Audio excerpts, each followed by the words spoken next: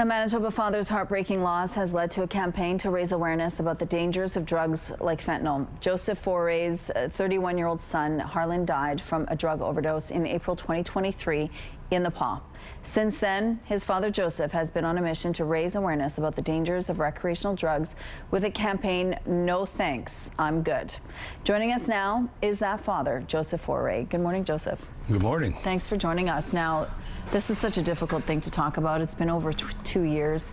Yeah. Take us back to the Paw and what happened that night. Well, he was just out with some guys that he was working with up north, and they went out, and one of those guys bought what they believed was a recreational drug, and ecstasy. Yeah. And convinced him to try it with him because he didn't do drugs, and yeah, for whatever reason, he said yes that night, and the drug was poisoned with fentanyl, and unfortunately, we lost him.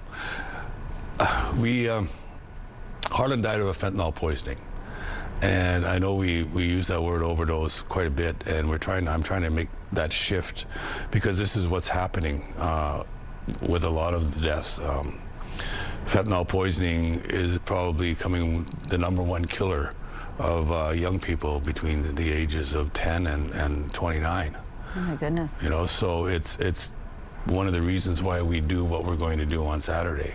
So you're saying that the majority of people who are dying of fentanyl overdose are doing so accidentally, not knowing that they might be exposed to fentanyl in the first place? Yeah, they don't know. I mean, the recreational drugs that are out there, the Molly, the fentanyl, I mean, the ecstasy, or we've even had young kids dying from marijuana laced with fentanyl.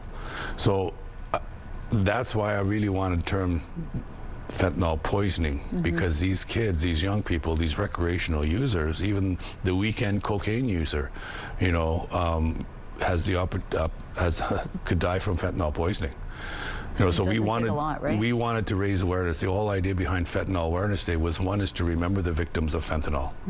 You know, put faces to the numbers. There were families, there was someone's loved one who just maybe made a bad choice.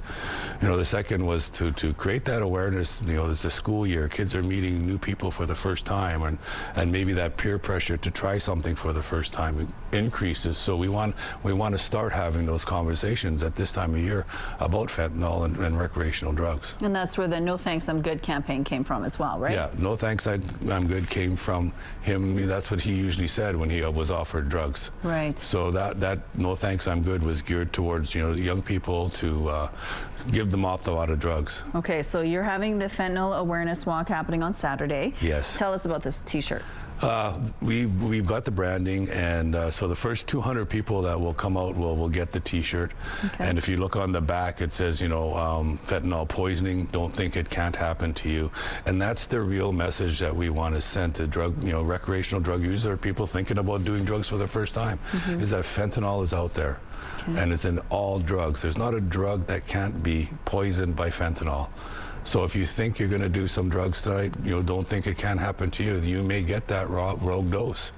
It's happened to so many of our young people today, and this is why we do what we do. Okay, so the walk is happening Saturday? Saturday. Where and what time, and who's invited? Everyone's invited. Okay. Actually, if you've been affected by fentanyl, your family's been affected by fentanyl, if you lost a loved one, please come and join us. Bring a picture of that loved one with you. Walk with us.